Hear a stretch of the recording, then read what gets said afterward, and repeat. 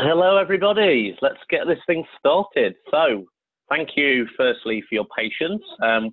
We always have a few people who dial in a couple of minutes afterwards. We want to make sure everybody gets the opportunity to partake in this from the very beginning. So, firstly, good afternoon, good morning, good evening, whichever applies to you, wherever you are in the world. It's a pleasure having you here as ever. I'm Alan, your host, and today's webinar is all about inbound recruitment marketing. And our speaker today is Esther van Schijndel, whose name I hope I pronounced correctly, of VONQ. So we've had an incredible amount of people sign up to this event. So clearly we're tackling a topic that resonates with a lot of people, which is great. And as providers of recruitment marketing optimization solutions, VONQ have experience of working with thousands of organizations to help them turbocharge their approaches to candidate attraction. And Esther's going to talk to us today about how you can do the same through 5 easy to follow steps. We're going to try something a little bit different today, and I'll be asking my questions as we go along, assuming I have some, which I'm sure I will. And at the end, we'll then move on to questions from you guys. So I'll field those, and I'll ask Esther the questions on your behalf. We have a lot of people with us today, so if we open up the mic, it'll be chaos. So feel free to start submitting those through the Q&A button at the bottom of your screens as we move through the conversation. If you put them into the normal chat area, chances are I'll miss them. So if you can make sure you do use the Q&A section, that would be really appreciated. And we'll get through as many of those as we can, but we will be wrapping up bang on time as ever. So any we don't tackle, either myself or Esther will come back to you after the event. So without further ado, enough of me and my jibber jabber, so to speak. Over to you, Esther. Great, thank you so much, Alan, and hello everyone. So I'm going to start with sharing my screen. Let me do that first. So Alan, will you give it to me? I think that can happen, right? Great. Okay, here we go. Okay, so hello everyone. My name is Esther and welcome to this webinar. Thank you all for signing up. It's an absolute privilege and pleasure to host this webinar for you today. So first and foremost, a huge thank you to you, Alan, for arranging it. I'm a big fan of ChatTalent and very excited to contribute to this today myself. We'll be covering a topic that I'm very passionate about and that can help everyone here recruit more efficient. So in this webinar, we will be covering the process before applicants apply. It's about attracting the right candidates to your career pages, mailboxes, ATS systems, reducing a ton of money, time, and effort when hiring quality candidates. And I can imagine that for a lot of people, these are topics that you see popping up everywhere. So what I'm going to do today is bring everything together. And hopefully I'll manage to inspire you all to get started with recruitment marketing and give you a push in the right direction. So before we start, a quick introduction about myself and the company I work for. So my name is Esther van Schijndel. You pronounced it almost correctly, Alan. And I'm an international recruitment marketing consultant.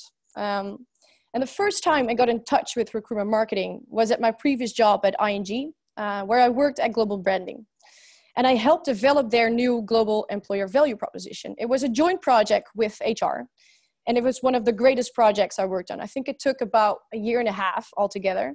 And it started from doing research in about 12 countries to eventually launching their employer brand worldwide, internally and externally. And this made me realize I really wanted to share my learnings with many other companies. And this made me join VONQ, where I currently work. So VONQ is an international leader in online recruitment marketing. And everything we do is data-driven. Basically, we help our customers save time and money when attracting high-quality talent by leveraging one of the world's largest portfolios of online media channels, measuring their effectiveness and providing recommendations based on performance data. So you can imagine that I feel really at home here. So enough about VONQ and me. So let's move on to learning about recruitment marketing.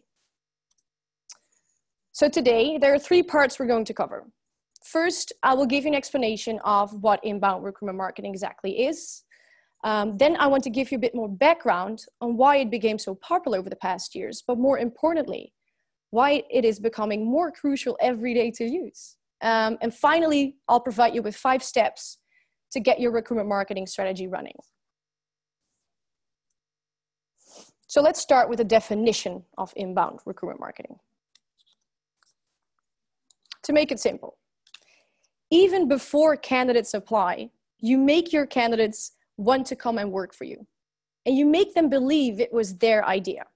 So to make it more concrete, inbound recruitment marketing is focusing all your recruitment efforts on your candidates by proactively getting to know them and guiding them through the candidate journey by distributing the right message in the right time, in the right place. And it's a shift from a push to a pull strategy. And it has everything to do with building and working on your employer brand. Instead of hunting your candidates, you make them come to you by making your communication relevant and attractive for them. It's looking through the eyes of the candidate. It is literally seducing your candidate. And I think this will be what we look like the first time we try. And I love Will, but I will make sure that during this webinar that you will have a better start than this. Okay, so let's move to how would this fit in your current strategy? There are basically 4 main strategies companies can and should explore to fill vacancies: sourcing, using agencies, encouraging referrals, and marketing. And depending on your recruitment objectives, one strategy can be more effective than the other. And it's not about choosing one or the other, it's about finding the perfect balance that works for you. And one thing is for sure, getting this mix right will be the difference between staying competitive or falling behind to the competition. And the reason why recruitment marketing cannot miss from your strategy these days is because if you do this right, it will positively affect all your other strategies. Are there, Esther, sorry to interrupt, are there any stats around how much of each of these things the best companies are doing? Good question. I don't think there are any really stats about it because it really varies depending on your objectives. So mainly it's about what kind of candidate you're looking for and also how many you need. For example, let's say you need to hire a candidate and maybe a lot of candidates, but really quickly. But your talent pool is really empty and the candidates you're looking for are really scarce. You don't have any information right now. You don't have time because time is really, really crucial at this point. Then agencies are the best answer to that. But in the end, they will not contribute to building your employer brand. So if you want to reap a more long-term benefit, so creating maybe a good constant stream of applicants, then marketing is the way to go. And I noticed that most of our customers that we work with, they start small. So it's about maybe even 1 hour a week. And many of them eventually grow to create full recruitment marketing roles with specialists for content, for social media, and even job advertisement. And often in the beginning, it's not about that it costs a lot of extra investments. It's about shifting budgets from like maybe traditional sourcing and agencies to recruitment marketing and supporting the technology. Does that make sense? Exactly.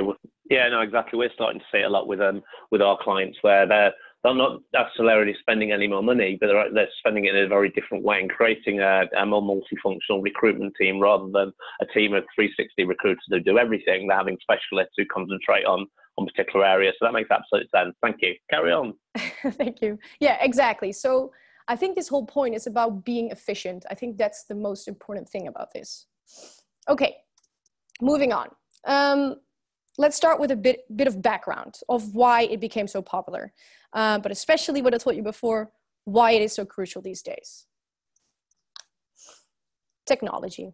Yes, everyone knows this one, and still I'm going to repeat it because it would surprise you how many companies supposedly know this and are aware of this, but in the end do not act on it and still expect the same results as in the old days.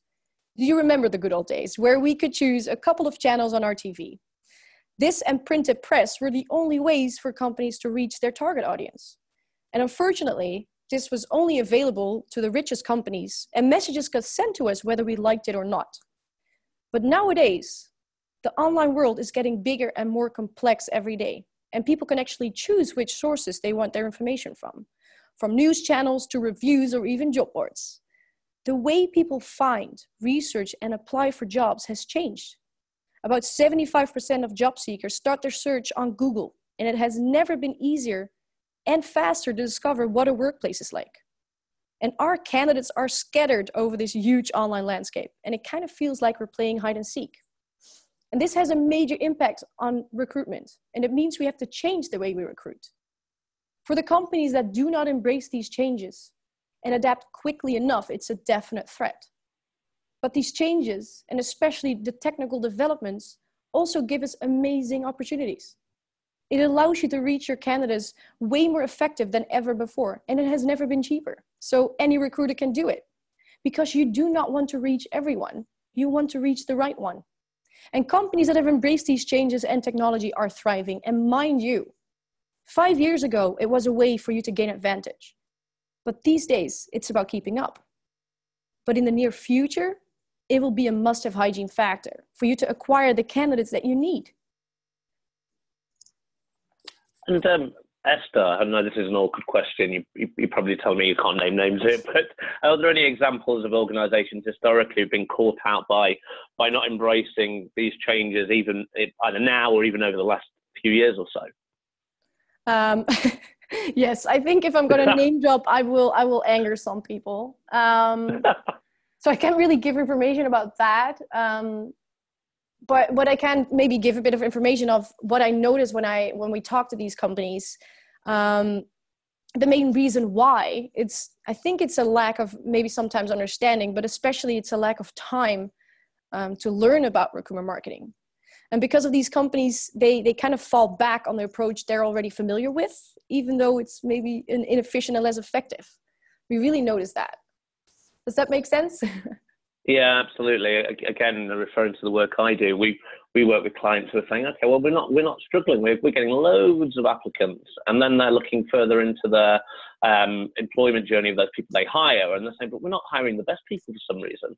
And because they're large, they've got big pockets, big deep pockets, they're spending lots of money in certain places to advertise. They are getting lots of candidates, and they're picking the best of those candidates. The problem is they aren't getting the best candidates applying.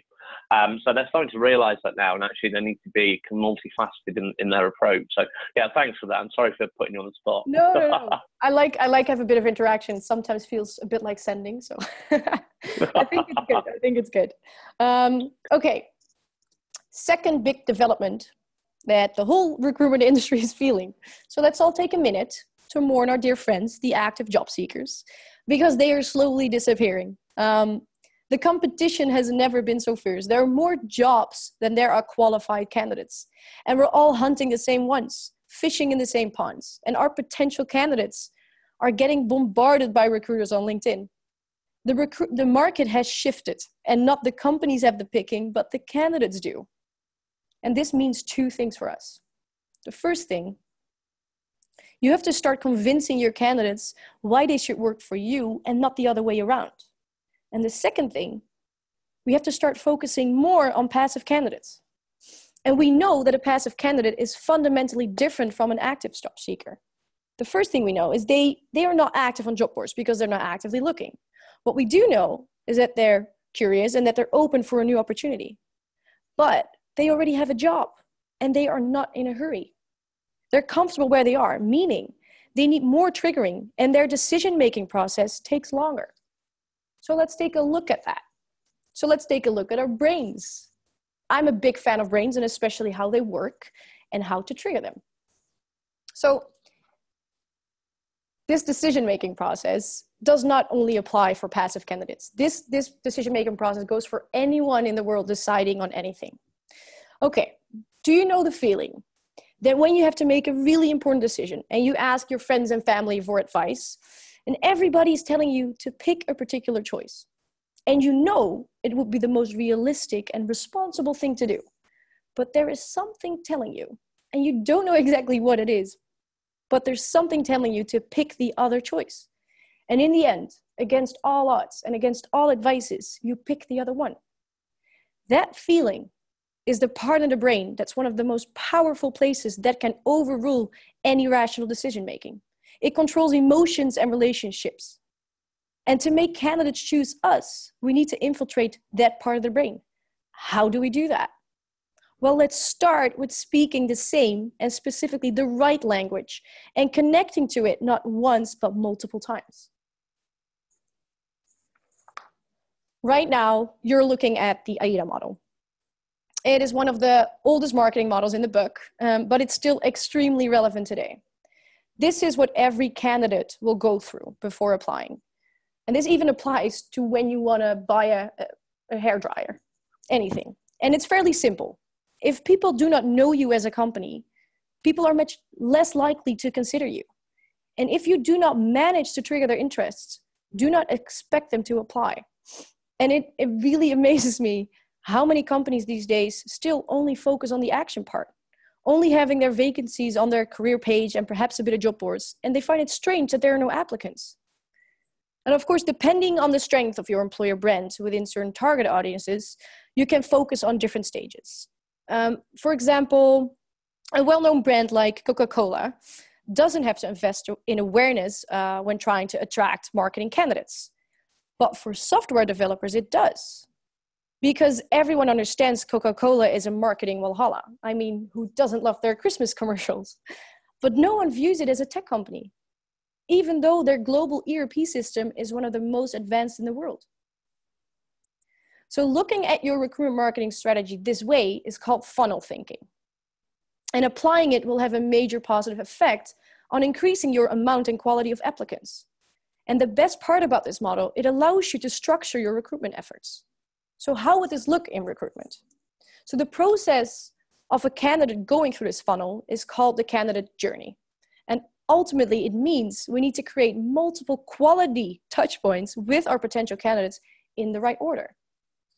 So what I want to do is I want to make this a bit more tangible. So I want to give kind of like a real situation.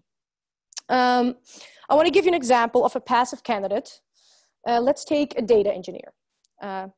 Everyone needs data engineers. It's a very popular role, but also a very scarce role these days. So let's call him Peter. So Peter, he's a data engineer, and he already has a job. So he's very comfortable where he is right now. He has great colleagues, but he's been there for a while. So he wouldn't be against trying something new. Meaning we have to trigger Peter multiple times with relevant content in the right place at the right time. So I'm going to take VONQ as an example because we need a lot of data engineers, FYI. So let's assume Peter doesn't know VONQ, meaning we will start from the awareness stage. So imagine this. Peter is in the train on his way to work, and he sees VONQ pop up on his Facebook timeline through a targeted message. And he has no idea who VONQ is. But it catches his eye, and this plants a tiny seed.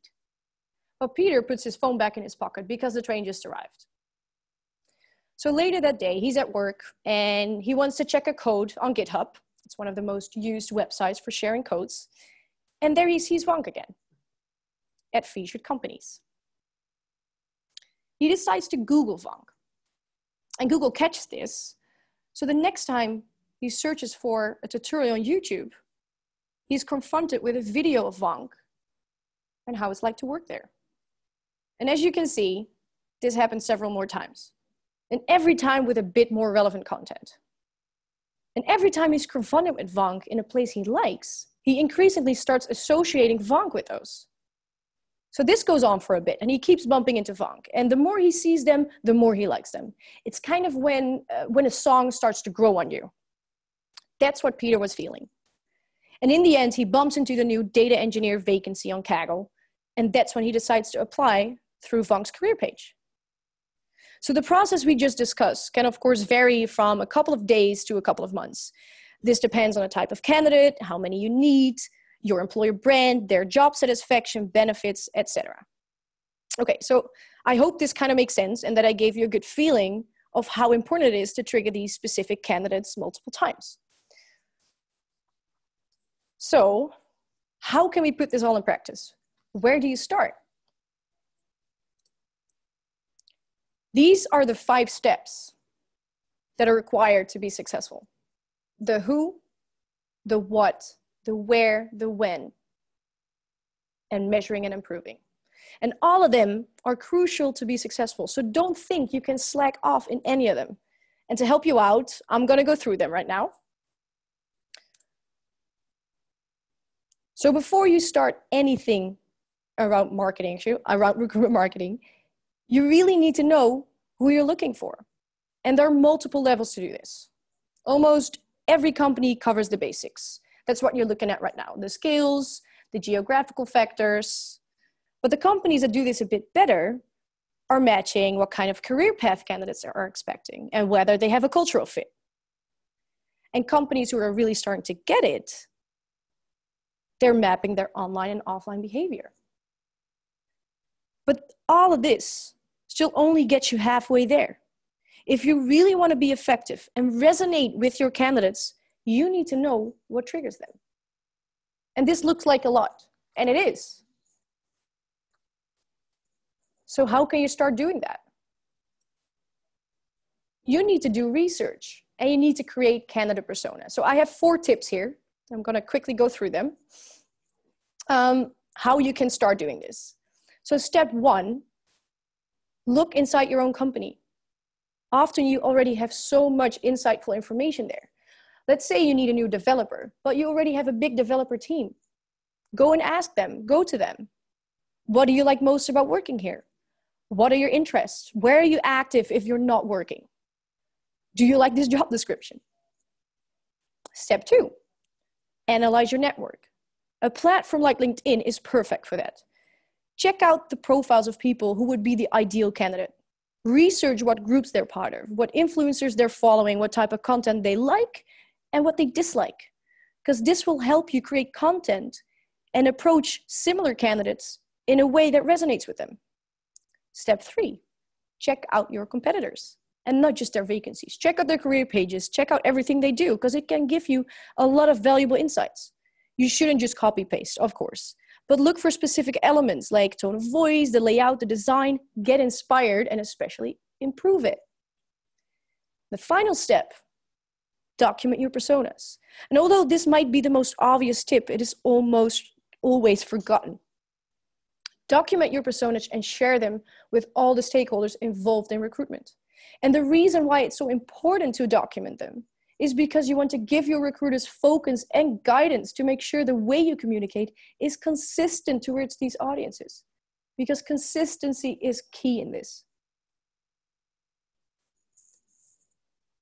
Okay, step 3. Okay, before we go into step 3, so stop reading it, ask yourself, how many times have I received a cover letter where almost everything was about how amazing the candidate is, what he or she achieved, and how many other people can testify to that? What were your first thoughts?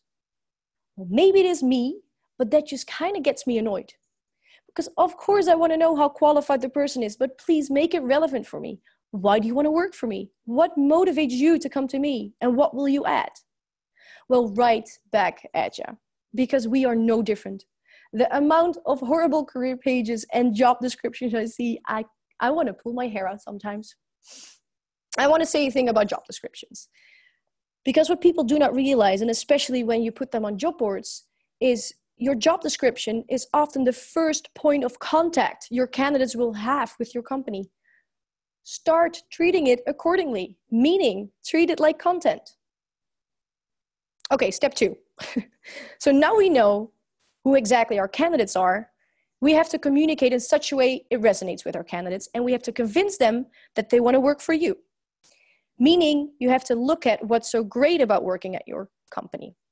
I hope that everyone that is listening right now already knows this or is working on this. And I'm of course talking about your employer brand.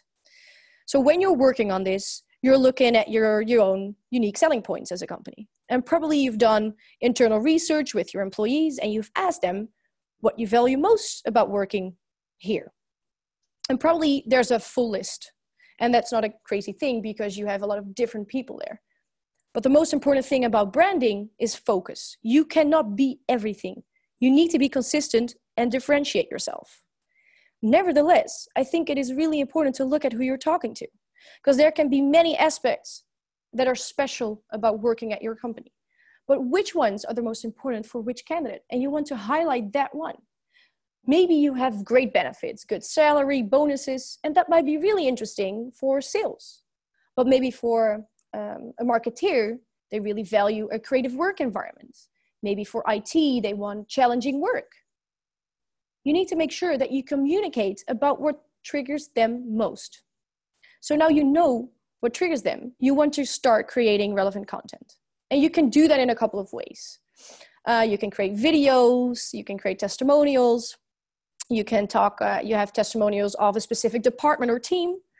And you can do this yourself, or you can team up with a media agency. Oh, and guys, having a bad career page is kind of like flushing your recruitment marketing efforts down the toilet. Just an FYI. It's like fishing with a huge hole in your fishing net. Okay.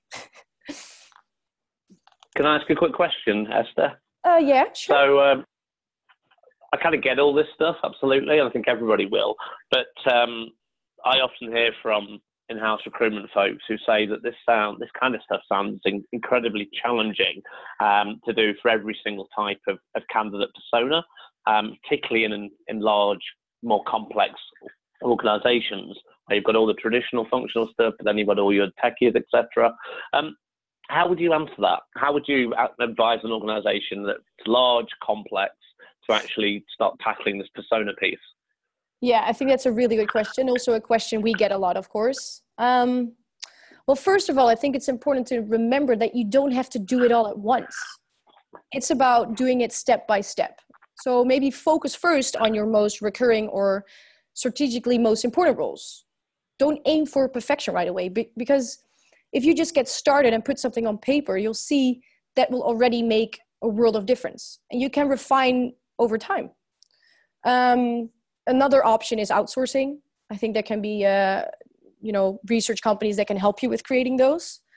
And also sometimes it's what you see in bigger enterprises is that different recruiters can be responsible for different types of candidates. So it's also maybe looking at delegating, because those are the people that also are closest with the candidates. So that's normally what we do. Yeah. And once you've done one, the second one might just be an iteration of that, a tweak to that, a slight change. It's not like every single candidate is going to be completely different, is it? It's just tweaks and changes and refinement here and there. Yeah, I think most important is having a base. So your employer brand, of course. So you want to attract a certain candidate that also fits your culture and your company. So I think your employer brand is already a really good base of how you can communicate to the external candidates. But then it's about having the small tweaks in maybe your job description, in the content that you create to the specific candidates. So I remember that, for instance, at ING, we as well had a big employer branding, recruitment kind of platform, we called it. And then we translated it to certain audiences. So for IT or for graduates. And it does take time, but it's not about doing it all at once. It's about doing it step for step. No, exactly. Perfect. Thank you, Esther. Yeah. Okay. Step 3. Okay. So you've created all the compelling content you need. So how do you decide where to distribute it? The number of places you can reach your audience online these days is huge and growing rapidly. And as we've covered, turning passive candidates to applicants requires multiple touch points, meaning a good mix of different media. Solely advertising on job boards will only target active job seekers. So you also want to look at channels where your passive candidates are active, for instance, industry websites, on and offline communities, display channels, and social media. And the kind of mix that you need will depend on the type of candidate that you're trying to attract. And I will show you this on the next slide to give you a quick example. One very quick question again. I'm going to interrupt. Sorry. Oh, yeah. How can an organisation even hope to understand the best channels to use if they're starting from scratch with this kind of stuff? So I think first, a lot of the information that you need will come from creating the candidate personas. I think when you do the research about your candidate personas, you obviously also need to ask maybe your own employees or the people that you want to research. You want to ask them, what are your interests? What are you active on? Which channels are you online when you're not busy working? But what's difficult about this, if you're looking at the, it's a big, it's complex and there's so many channels. So it's also what's difficult is that it's changing rapidly. So another option is, of course, going to maybe a media agency that can help you with this. So that maybe has data, but also experience and keeps track of what's happening in the market. So that would be a different choice. Does that answer? Cool. Okay. It does. Perfect. Okay, let's see. Next slide. So a quick example. For instance, a marketeer has different interests than a software developer, meaning they are active in different places. Can you see the difference? And one thing I want to say about this is that there is no holy grail when it comes to recruitment marketing. It is not just about social media. It's not just about programmatic, not about one specific channel, although they will all say they are the holy grail. But it's finding the right mix that makes a difference. The multiple touch points, remember? Okay, step 4. What you want to do right now is you want to bring everything together. So you know who you want to reach. You have the content. You know where to bring it. But now you want to structure it in such a way that you will guide your candidate through this whole funnel. And this is how you create and build an amazing candidate experience with your brand. So for awareness, think about bannering. For interest, think about videos, how it's like to work for you. For desire, testimonials. And to make sure to catch them when they really want to apply, use the right job boards, industry channel or niche channel to post your vacancies.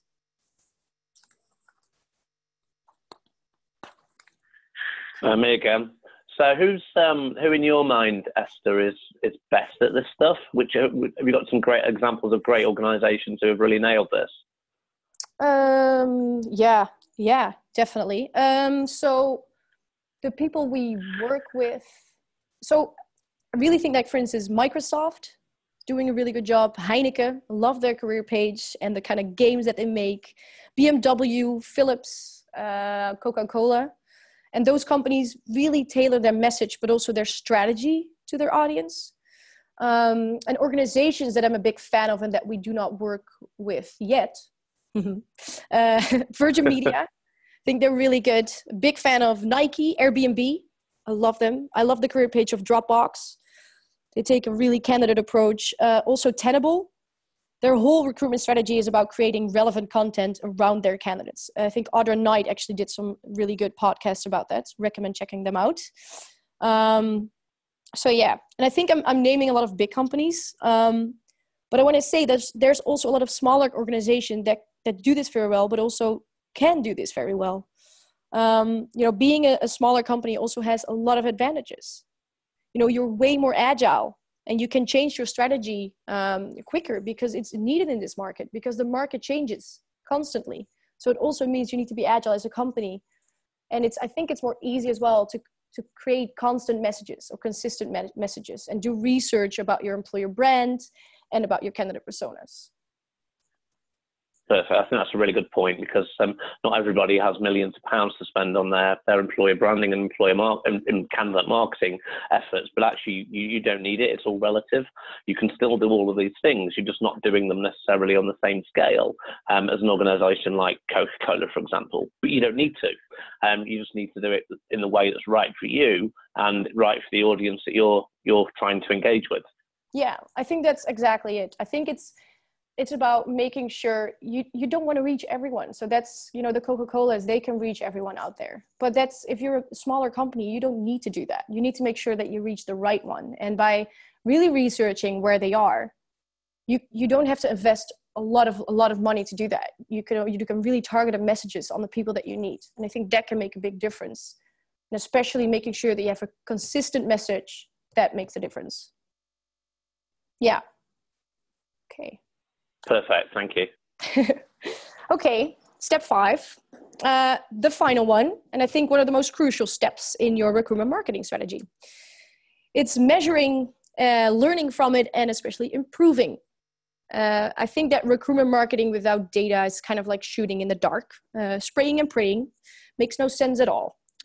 You want to know if you hit your target or if you have to adjust your aim. By measuring, it gives you an idea of what is working and what isn't. So you can either refine it or even stop doing it. So an example, let's say you manage to get a lot of traffic to your career page, but a lot of the traffic you actually lose and the conversion to applicants is very low. this means there is something not right, but you need to find out what. Because maybe you have to work on your content or the interactions on your career page.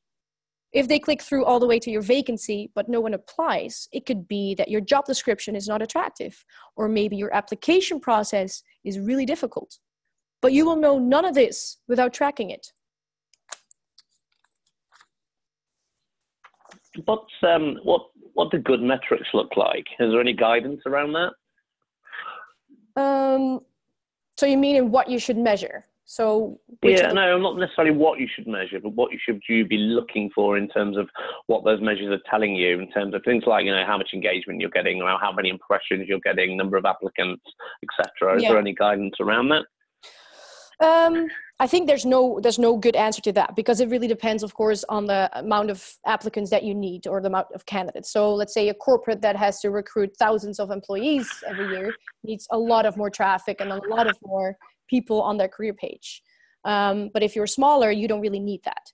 But I think what's really important is you kind of want to have a starting point. So you want to measure where you're at in the beginning before you do any recruitment marketing. And from that point on, you want to make sure that you know that you improve, and especially on what you need to improve. Does that make sense? I think that's the key. Yeah, absolutely. That's the key, isn't it? You've got to have your starting point. Yeah. You've got to know where you were at before you changed your style and your approach, and then make sure that the ROI that comes from that investment, if there is any, is evidenced through the increase in performance of your candidate marketing activity. Okay, cool. Thank you. Yeah, especially, yeah, exactly. Okay, I have a bonus pro step.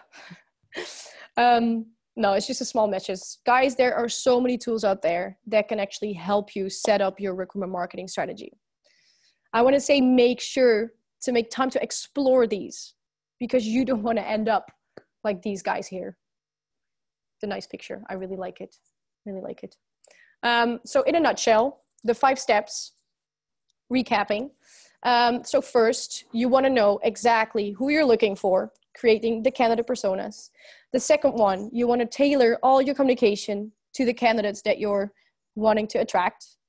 The third one, be where they are, distribute it in the right places. The fourth one, bring it all together, plan it and execute. And ultimately, continuously measure and improve. Okay. This is it. Wow. Thank you all for joining. Wonderful. Yeah. No worries. Well, we've still got 5 minutes left, so don't go. Yeah, I'm not going. We've got Question time. We've got some questions from people. Yeah, absolutely. Oh, God. So I've got a few lined up here. Don't worry. They're all very good questions and certainly very relevant. So the first one that came in, and I knew this bad boy would have materialised at some point. It seems to be in every single webinar that we do at the moment. This gets asked. How is GDPR going to affect recruitment marketing? Again, sorry? How is GDPR, so the General Data Protection Regulations, how's that going to affect recruitment marketing when they kick in March? Oh, God. To be completely honest, I cannot give you a good answer to that right now. So I'm going to park this one. Yeah, that's fine. We'll come back to that. We're running a webinar in early January, guys, around that. We've got Bill Borman and Shane Gray from Clinch is coming on to talk about GDPR and how it affects recruitment and recruitment marketing. So that's a great event to attend if you want to hear more about that, and we'll get some details out around that. There's a lot of talks around here, but I'm definitely going to join the webinar as well, that one. So I think, okay. Yeah, that's fine. And I'm no expert yet. If I'm honest with you, I've kind of put it at the back of my mind to kind of concentrate on the new year. But there's lots of stuff going on in and around GDPR, absolutely. How would you say, Esther, it's best to measure how effective your recruitment marketing strategy is? I think we've touched on some of those metrics already, but it was a question that somebody's asked. So maybe you can just elaborate a little bit on that again. Yeah, definitely. So I think you can measure a lot of things. So you can even look at the funnel. So if you look at the awareness stage, if you want to do, for instance, social media or your adverts, what you can do is you can look at the amount of views that you have. You can even measure if people are watching your video. And you can actually ask this data when you work with a specific company that does this for you. So Facebook will give you this data, definitely. Then there's a factor where you want to know, this is before they land on your career page, is kind of where they're coming from. So maybe you want to measure the clicks, so the amount of clicks that people on your job boards, maybe, where you advertise your vacancies. When they come on your career page, so first you're going to see where they come from. You want to measure how long they will be there. You want to see if they actually have any interactions, if they click through to your vacancy page. I think the most important thing about the data is you want to know the conversion rates.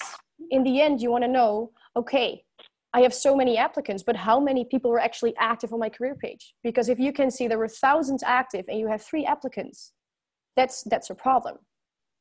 So I think the most important thing is traffic. That's the thing you begin with, where they come from. You do this with UTM codes. We actually have a lot of resources on this. So what I'm also going to do, Alan, I'm going to share some resources that maybe we can also share with everybody that's listening. We also have done a webinar about it. So, because this is a big topic. But let's begin with having analytics, checking the traffic, see how long they're active, how many people are actually clicking on your apply button, and how many people are actually finishing. So how many applicants in the end do you have? Does that make sense? Yeah, absolutely. Absolutely. So someone's, I've got 2 more questions that I think we can squeeze in the next 3 minutes or so. This is a really good one. And as somebody who used to also be on the recruitment agency side, it's one I'm interested to hear your answer to. So for those folk out there who aren't in-house recruiters, but they actually work on the agency side, they heard that, it's a really good point there, that actually using recruitment agencies doesn't benefit, or doesn't always benefit, the hiring company's employer brand for various reasons. How can agencies do this better then? Because it's going to get even harder, the whole battle war, whatever you want to call it, for talent. So how can agencies get better at, I guess, supporting their hiring organisations to get their brand out there without and diluting what it is they're trying to do as an agency and the kind of controls they need to have? Yeah, it's a really difficult topic because we work with agencies, of course, as well, where I think it also depends on if you're recruiting exclusively for a company or not. Because if you are recruiting exclusively for a company, it's easier to use their branding. But the problem that agencies often have is that they're not recruiting exclusively, so they cannot use the branding, or maybe the applicant will come in through a different, career page or something, and it will not be their hire. So they're going to spend time and money on it and not get any effort or not any results. But what you could do as an agency is really sit together with the client, how you can help them make that work. Because I think most companies, or what most companies should do, is have some guidelines in what should work in their employer brand. So I think as an agency, if you want to support this, is in the beginning with every client that you work with, is ask about it. Okay, you're probably working on your employer brand. How can we align with this? How do we make sure that our communication is the same? So I think it's also maybe proactively asking the client as well, how can we make sure to align on all the communication that you're doing? So it's not something that companies would not go to agencies for. And I think actually the principles of certainly the AIDA model still apply to a recruitment agency. You're just asking people to consider something different.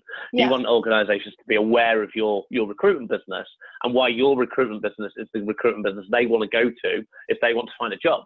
So it's a very, very similar model. It's just you're not always necessarily selling a specific job or a specific organisation. You're selling the concept of working with you as an agency. So I think the principles of everything we've talked about apply perfectly well to that agency world. It's just a slightly different spin on it in my mind. Oh, yes. Oh, okay. So it was more on the side of how can you make sure that an agency is also kind of doing the employer brand? I think it's a bit of both. Yeah, I think it's a bit of both. So I think I was trying to answer the question from a couple of different ways, really. But absolutely. Yeah, no, completely agree. I think if you're an agency, you also need to have a name out there. Because if you are the one that everybody knows to have really good vacancies and have good contacts, definitely get it out there. It's just a tiny different way of doing it, because ultimately your candidates will work for a different company, but it's also about the experience that you will give the candidate. So maybe you should focus on how good you take care of the candidates. So look at your own unique selling points as an agency. I think that's also really important to do that. Does that make sense? Exactly. Now, Yeah. yes, absolutely. Now, we have run over, I think, for the very first time by a whole minute. So I think we're going to wrap things up now, Esther, if that's all right. Yeah. There's a few more questions. I'll come back to you after the call, and we'll talk about how we can go back to the questions that we didn't answer and go back to those offline. I just wanted to thank you, Esther, for your time. It's been brilliant. It's very insightful, and hopefully the audience enjoyed it as much as I did. And thank you to everybody who's attended this webinar today. It's been great to see such a large turnout as ever. And we do have one more webinar coming up before the Christmas break. It's around recruitment forecasting, which I feel is mega important. If you want to get all of this, the branding stuff and attraction stuff right, it's really important that you know who you're going to be hiring and when you're going to be hiring and why you're going to be hiring them. So we'll shoot some details out about that webinar after this call as well. So thank you once again. Thank you, Esther, and I will catch up with you soon. Yeah. Cheers, guys. Take care. Cheers. Bye.